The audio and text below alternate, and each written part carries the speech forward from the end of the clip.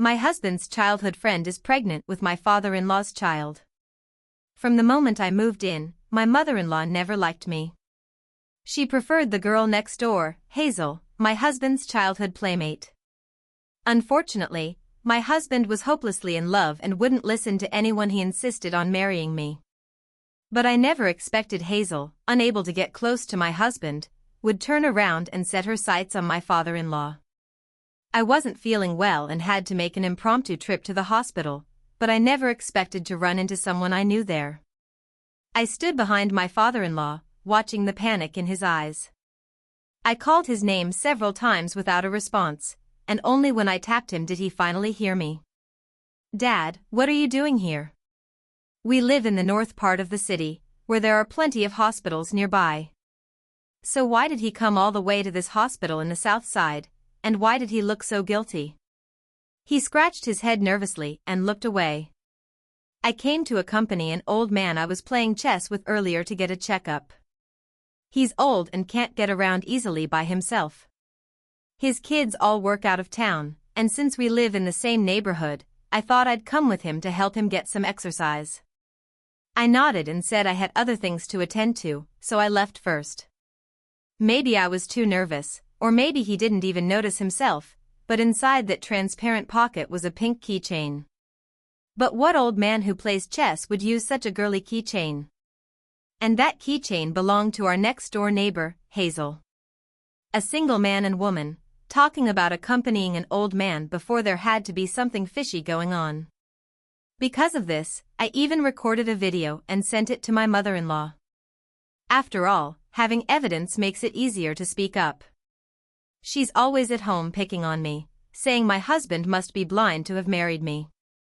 She goes on about how Hazel is smart and capable, beautiful to boot, and excellent at housework, unlike me who just eats and then lies down in the bedroom. Well, Hazel's parents don't care about her either. She's left to fend for herself, born to be a servant, only able to do some chores neither pretty nor useful. Today, with both eyewitnesses and physical evidence present, I'm eager to see how she'll defend Hazel this time. After Grandpa came back, the house was eerily quiet. Before, the two of them would argue at the drop of a hat.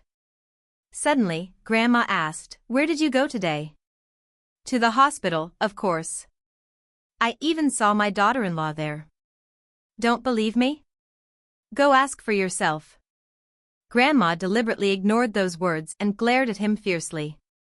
"Who did you go with? What did you do there? When did you leave?" "That old man I play chess with. Who else could it be? Who else do I even know? Stop being so paranoid all the time." I watched Grandpa trembling nervously from the side, feeling a faint sense of satisfaction.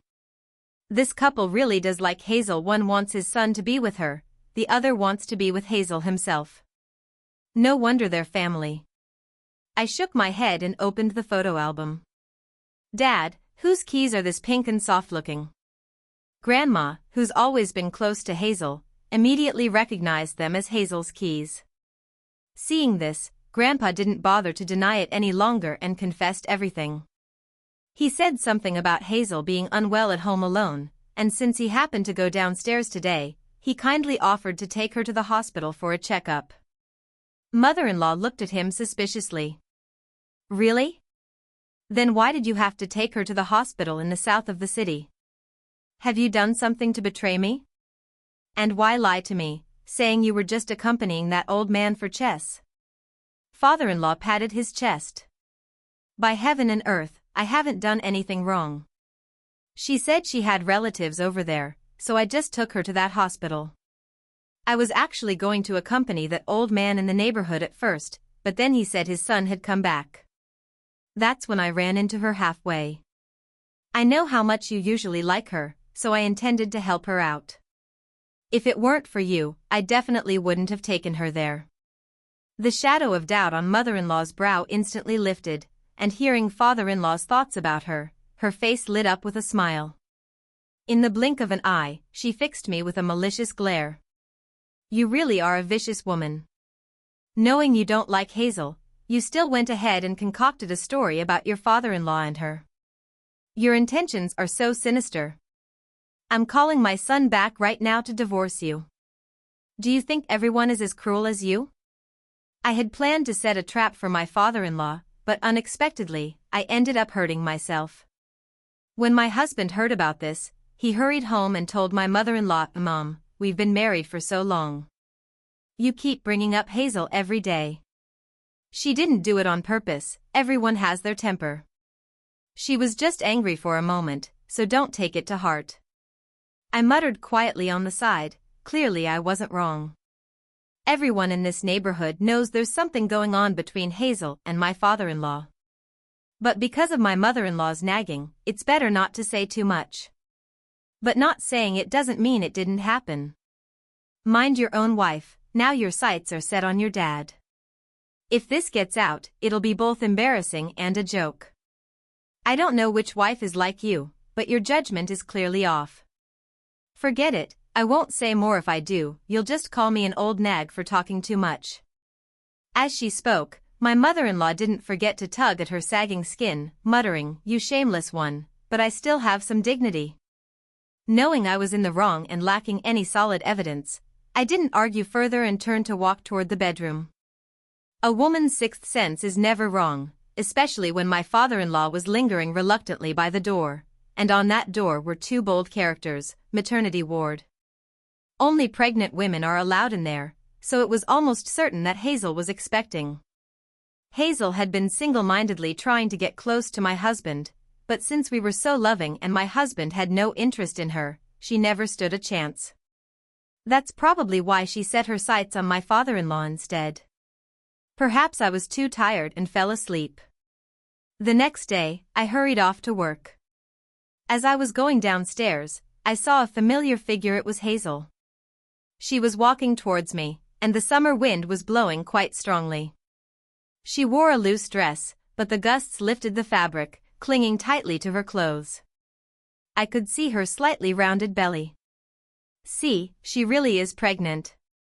Her eyes flickered nervously, and she didn't seem very eager to talk to me, but I was determined to catch up with her. I took her hand proactively.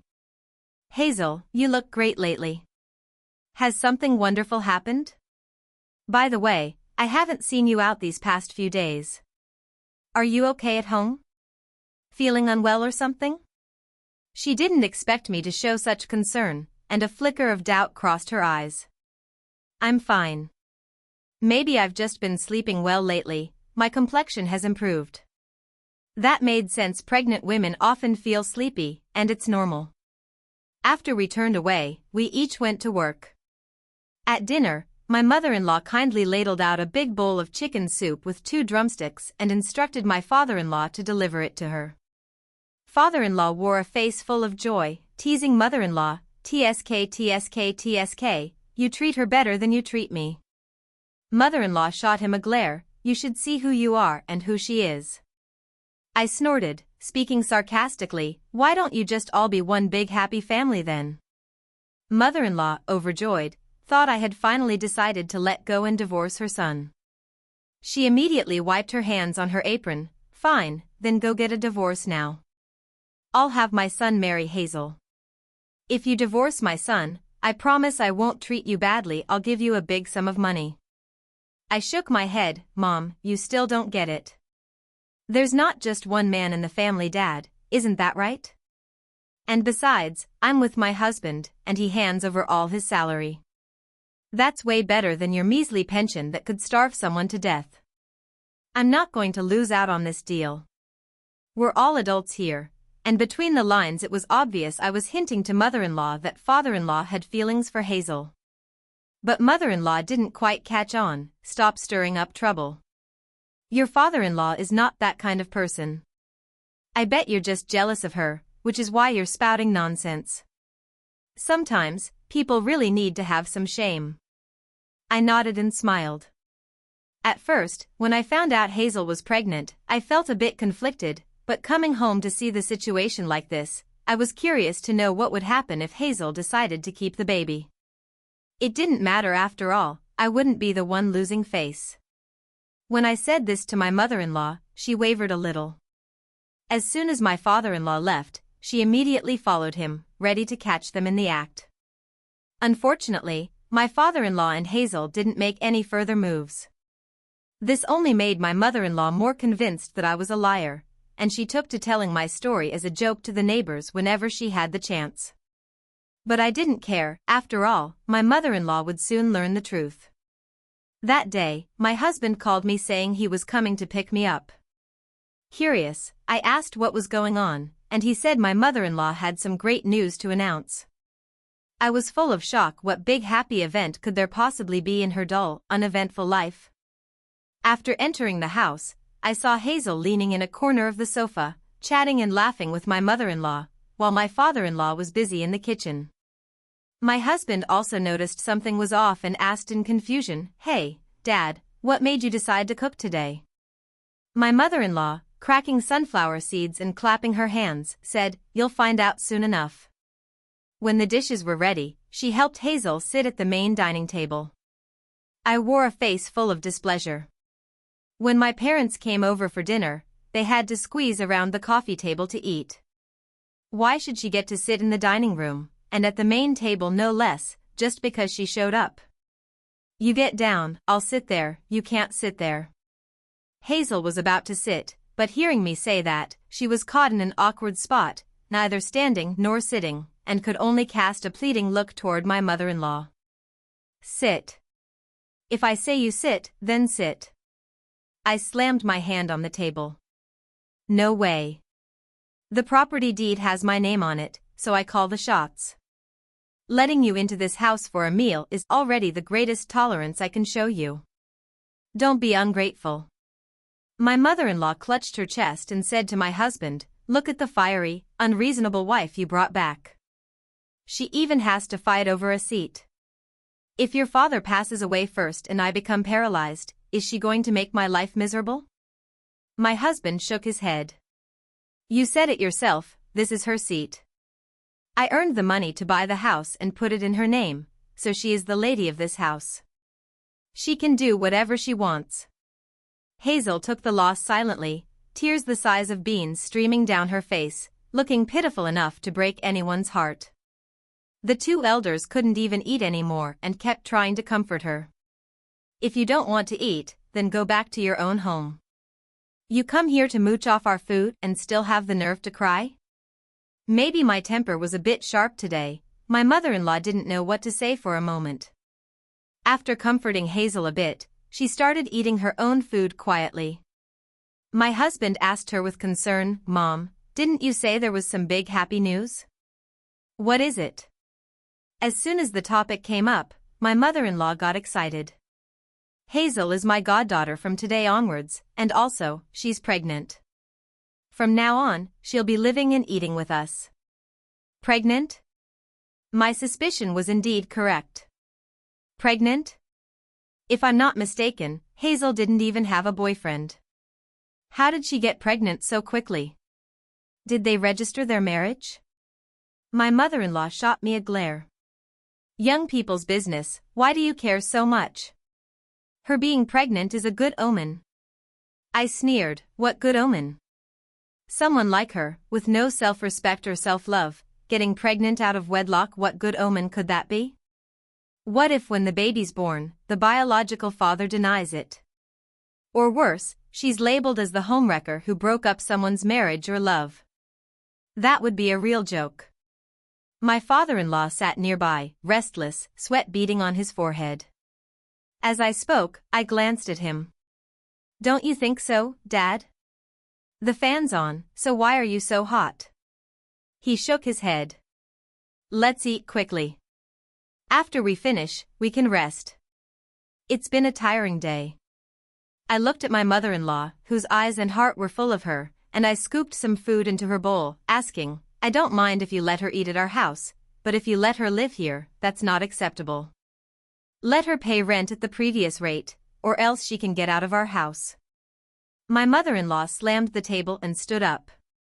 "Don't get greedy, Hazel, just because my son likes you, you dare to target us like this.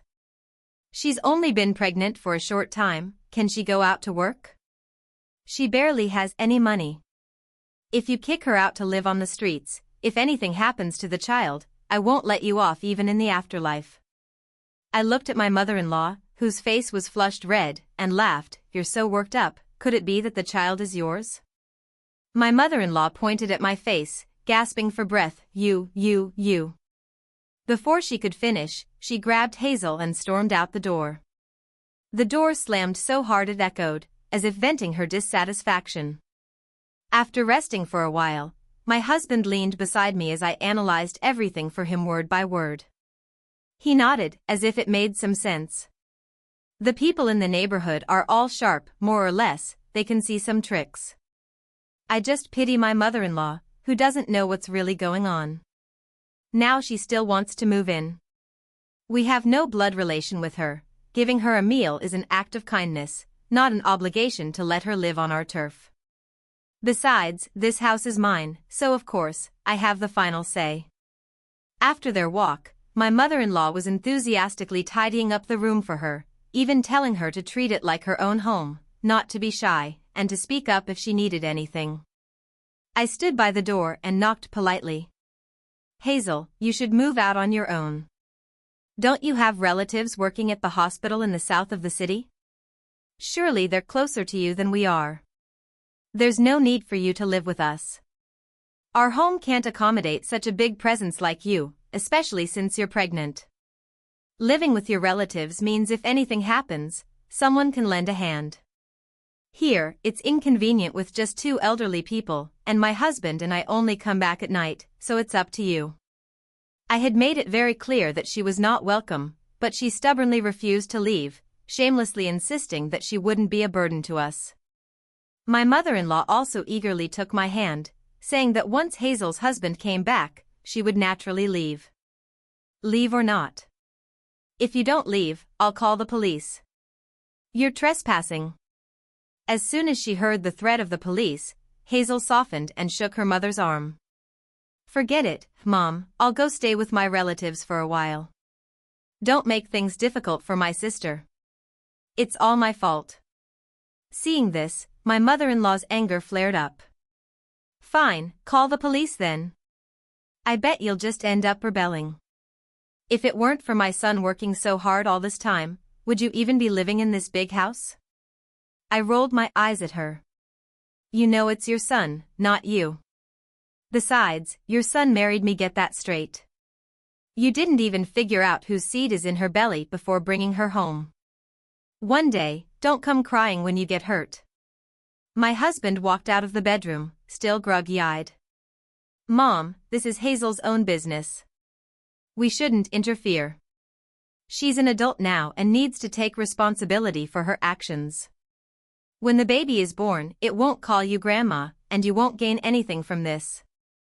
So why bother?" Seeing that her own son had been opposing her at every turn ever since he started dating and got married, the mother-in-law felt a deep sense of bitterness. Without a word, she took Hazel and headed outside. The father-in-law noticed the tense situation. Outside, lightning flashed and thunder roared as the heavy rain poured down. Watching them leave, he followed after them. I nestled into my husband's arms, unable to sleep. My voice hoarse, I whispered, "Was what I did not quite right? Was I too harsh?" He rubbed my head. "There's nothing wrong with that, it's really their own business." In the middle of the night, someone was knocking on the door, irregularly.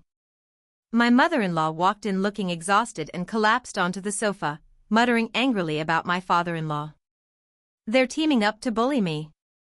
When did those two scoundrels start sneaking around behind my back? Serves her right that the child in her belly was lost its karma."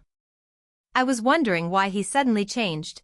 Turns out he's been fooling around outside and even got her pregnant. It seems my suspicion was correct. My mother-in-law probably knows what happened. "I've told you long ago, fooling yourself, you deserve it." My mother-in-law, full of indignation and with no one else to vent on, took it out on me. "How dare you? If Hazel had married my son, would all this have happened?" I nodded. Yes, you're absolutely right. Didn't you want her to be part of the family? She's carrying your father-in-law's child in her belly. Now you have another son." Mentioning that child made my mother-in-law furious. She rushed forward, grabbing my hair and cursing me, "You seductress, it's all your fault, you jinx. What kind of spell did you cast on my son?" The sting of her slaps landed again and again on my hands. I glanced at the leftover food on the dining table that hadn't been cleared away, then dumped it all over her. All the greasy leftover food was smeared across her face, blurring her vision so she couldn't see what was happening right in front of her. I shoved her outside the door. "Don't come looking for me again. I let you in thinking you'd admit your mistakes and change, but I didn't expect you to turn around and bite me. I could raise a dog for years and it would still wag its tail at me. Raising you is just like raising an ungrateful wolf." The door slammed shut with a bang.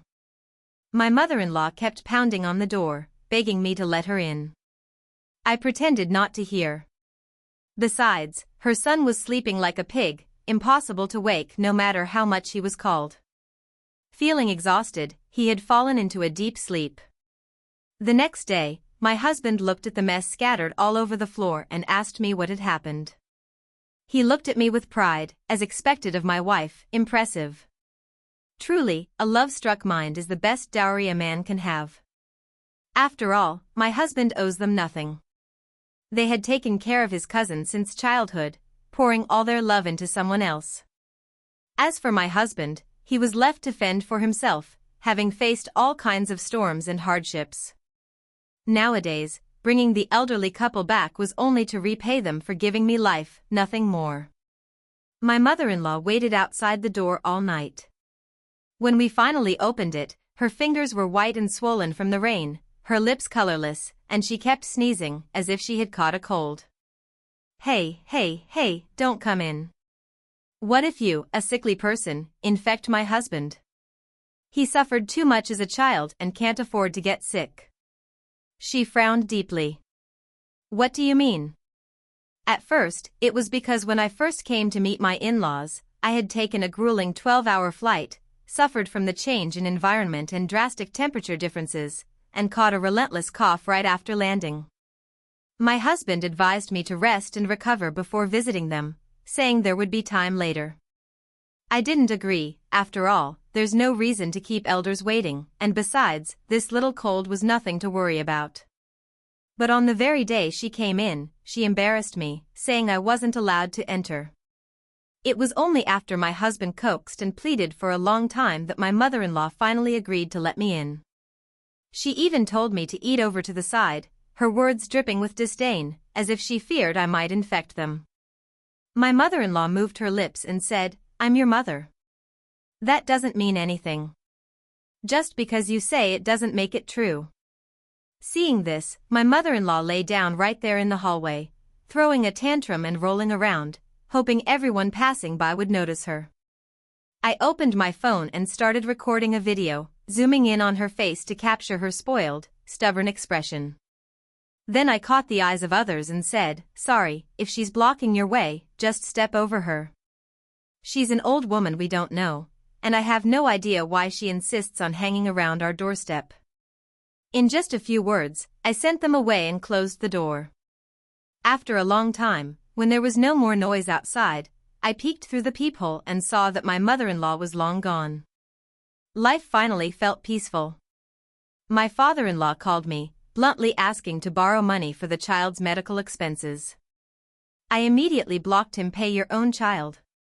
He's an adult, and not thinking about the consequences is one thing, but he thought he could cover it up, fooling everyone. In the end, the child caused trouble before even reaching a stable stage, and this child isn't something I can save just because I want to. This is the result of his own recklessness. My mother-in-law hasn't come looking for me these past few days either. To celebrate my newfound peace, I even took a few days off to eat, drink, and enjoy myself at home. But staying cooped up at home for too long felt uncomfortable, so I thought about going out for a bit. Our home is on the 3rd floor, and since the elevator is usually busy, I normally take the stairs. Just a few steps outside, a cold chill and a foul stench hit me head-on. Serves you right. Who told you not to respect me? You need a lesson, don't you remember I'm your mother? I sniffed carefully. It was sewage. This whole mess was clearly their own fault, yet now they were acting like I was the culprit. My joints cracked as I twisted them. I threw down my bag and pressed her head into the remaining sewage. After all, she wasn't young anymore and wasn't as strong as me. Several times she tried to speak and beg for mercy, but I forced her to drink more sewage to teach her a lasting lesson. I only got sewage on my clothes, but she swallowed it directly. Calling you mom is out of respect. If you dare pull any more tricks, it won't just be drinking sewage next time. My mother-in-law patted her chest, panting heavily. The foul water dripped down her graying hair, leaving the hallway a complete mess. I went back inside, washed myself thoroughly, and then called my father-in-law to ask how things were going. He thought I was willing to lend him money and kept thanking me, but I firmly told him I wasn't going to lend him a cent. He sighed on the other end of the phone. Sigh, I just want a biological son of my own. When he said that, wasn't my husband his son? The line was silent for a few seconds before he started talking to himself again. That son is hers with her ex-husband, he has nothing to do with me. When my father-in-law said this, I understood. No wonder my husband was so pitiful as a child, unloved and uncared for. It was because of this. Then what does this child of yours have to do with me? You have nothing to do with my husband, so I have even less to do with you. When are you going to take your woman away and stop bothering me? Handle your own affairs properly. It seems my husband probably still doesn't know he's not my father-in-law's biological son. No matter what, I will keep this buried deep in my heart. No one loved him? That's fine, I will love him well. In the end, the child still couldn't be saved. It was already on the brink of death, and with the previous months being unstable, this outcome was somewhat expected. This child was never meant to be connected to my father-in-law. I don't even know what came over the two of them, but they actually went on local TV together to attack me. On television, the two of them colluded shamelessly, listing my supposed crimes, accusing me of causing the death of their goddaughter's unborn child, and neglecting the two elderly people, leaving them exposed to the elements outside. For a time, public opinion painted me as an unforgivable villain.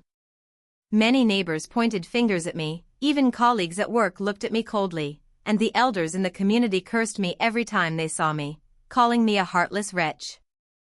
A righteous person fears no crooked shadow, a straight foot fears no twisted shoe. I did nothing wrong, so naturally, I was not afraid. I posted the truth about the goddaughter and my father-in-law on the internet. The internet is not just for my in-laws, I use it too, and in fact, I use it better than they do. My father-in-law was the first to come forward and post a video to counterattack me, asking what evidence I had, just making baseless accusations out of thin air. He even wanted to send me back to the police station. Well, that's true. After all, the child had already been miscarried, and only those involved knew the nature of the relationship. If they didn't want to produce evidence, then it was a lie. I released a few indecent photos, and the rumors collapsed on their own. Two graying bodies intertwined, with the clear faces of two people. One was my father-in-law, and the other was Hazel. They thought I didn't know, but in reality, I knew everything. Due to the nature of my work, I had to arrange my time flexibly. Sometimes it was midnight, sometimes 3 or 4 in the morning. Hazel lived right next door, and sometimes when I went out to work, I could hear indescribable sounds coming from their house.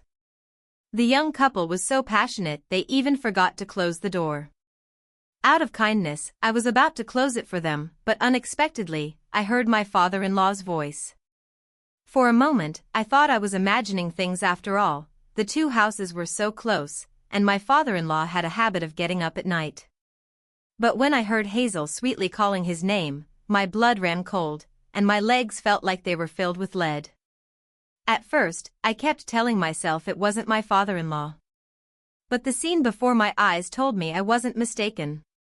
I took a few photos just in case, and it turned out they came in handy at that moment. My father-in-law was left speechless. Only my mother-in-law clung to me tightly, refusing to let go, insisting that I had hired someone to use Photoshop to frame them and ruin their reputation. Sharp-eyed netizens took the photo for verification and all agreed it was real. The two were left speechless, getting blasted online like a sieve, and they deleted their accounts overnight and disappeared. My husband pointed at my dark circles. "Get some rest, it's so late. Forget about them, let's just live our own lives." After sending off my in-laws, Hazel showed up. In a way, they really were one big family. She lived right outside my door, spreading out a quilt and not caring what anyone thought of her, just stubbornly staying put. I didn't want to argue with her, so I called security and told them there was a loiterer who needed to be removed. But Hazel pulled out her homeowner's ID, leaving security helpless and at a loss for words. If she wanted to sleep there, fine, let her. I had plenty of ways to deal with her. I sprinkled some itching powder where she sleeps and threw some rat poison powder as well. Lately, the rats have been rampant, so a little treatment wouldn't hurt. In the middle of the night, I heard Hazel couldn't sleep, itching all over, tossing and turning while cursing me at the door. She even said the child in her belly wouldn't let me off. As long as she didn't leave, I would torment her every day. Then I grabbed the dripping trash can and walked it over to her, the dirty water trickling down onto her face. She looked at me with a twisted expression. "You're sick." "Me sick? The sickest one is you. Who in their right mind sleeps outside someone else's door for no reason?" Even so, she still didn't leave. I kept dumping the garbage I collected every day right at the doorstep, and since it was summer, everything rotted quickly. If she wouldn't leave, she'd just have to endure it. One day, she suddenly disappeared. I thought she had left, but it turned out she had brought some shamans and Taoist priests to the door to perform rituals, saying they wanted to rid the people of harm and destroy a scoundrel like me. I looked at those shamans and priests, all mysterious and shady, with no proper credentials, babbling nonsense about which sect they belonged to. After taking her money, they poured all the dirty water on me. I snatched their props and threw them into the trash bin. She's scheming and deceitful. Does a person like that deserve to go to hell? You guys better deal with her first. And let me make it clear, I'm a staunch materialist, none of this can hurt me. If I catch you cheating and deceiving again, it won't just be about throwing things. I kicked her blanket aside. Don't block the entrance to our home and cause trouble. You only lost this one child, there's no need for all this. You're blind and careless, climbing into my father-in-law's bed, shameless beyond words. She was so angry she couldn't argue back, so she swallowed her bitterness in silence.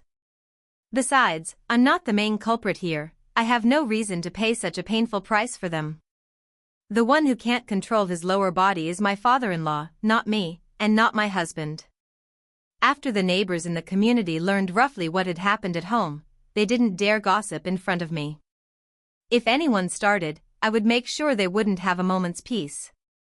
That day, my husband told me to come home early, saying that no matter how much he tried to stop them, my parents insisted on coming in. I knew my husband was a soft-hearted person.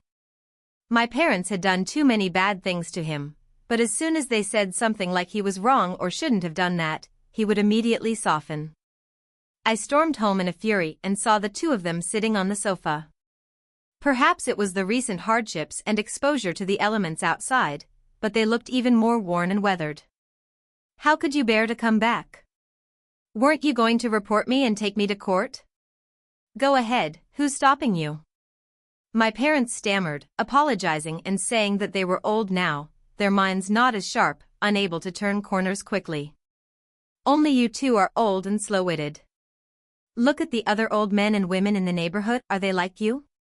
What exactly are you here for this time? Just go back to the countryside. I and he have already been more than fair to you. Don't cause any unpleasantness, no one will be happy then. My mother-in-law was also unwilling to back down, demanding that I pay them $100,000 a month for them to return to the countryside, otherwise, they would stay with us forever. $100,000? What a lion's share. I knew they came to me with no good intentions, just as I thought. I picked out their clothes from the wardrobe and threw them in front of them. Pack your things and get out now. 5,000 a month plus your pension is enough for the countryside. If you keep bargaining, there won't be anything left. My father-in-law opened his mouth to say something, but I shot him a sharp look. 3,000, and if you make a fuss, that's it. My mother-in-law patted my back. Don't be mad, don't be mad. 5,000 is 5,000. Isn't it enough for us to leave? I watched the two of them stagger out, carrying those few pieces of clothing one gust of wind could have knocked them down. The matter passed, and life went on. Occasionally, there would be some storms, but fortunately, there's always a rainbow after the rain. My husband called me, saying that my father-in-law had been taken to court. I thought my husband had somehow developed a pang of sympathy and decided to help my father-in-law, but he just sighed. Serves him right. He should have thought about the consequences when he did that. That Hazel got nothing. She's definitely unhappy and wants to confront my father-in-law for a showdown. Now look, she's dragged herself into it. Rape charges can land you in jail for years. I cursed that old bastard in my heart, still not behaving at his age. Maybe I was too agitated because the curse actually slipped out loud. No man is a good thing. He grabbed my hand tightly, pouting, I'm a good one. Coincidentally, the court date was set on a weekend. The nosy neighbors in the community, always eager for some drama, naturally wouldn't miss it. They decided on the spot to follow along and watch my father-in-law's spectacle. In court, the father-in-law was not willing to back down, insisting that Hazel was willing, and that he had spent so much money on her, bought her so many things. You shameless woman, you were the one who seduced me first. What right do you have to sue me?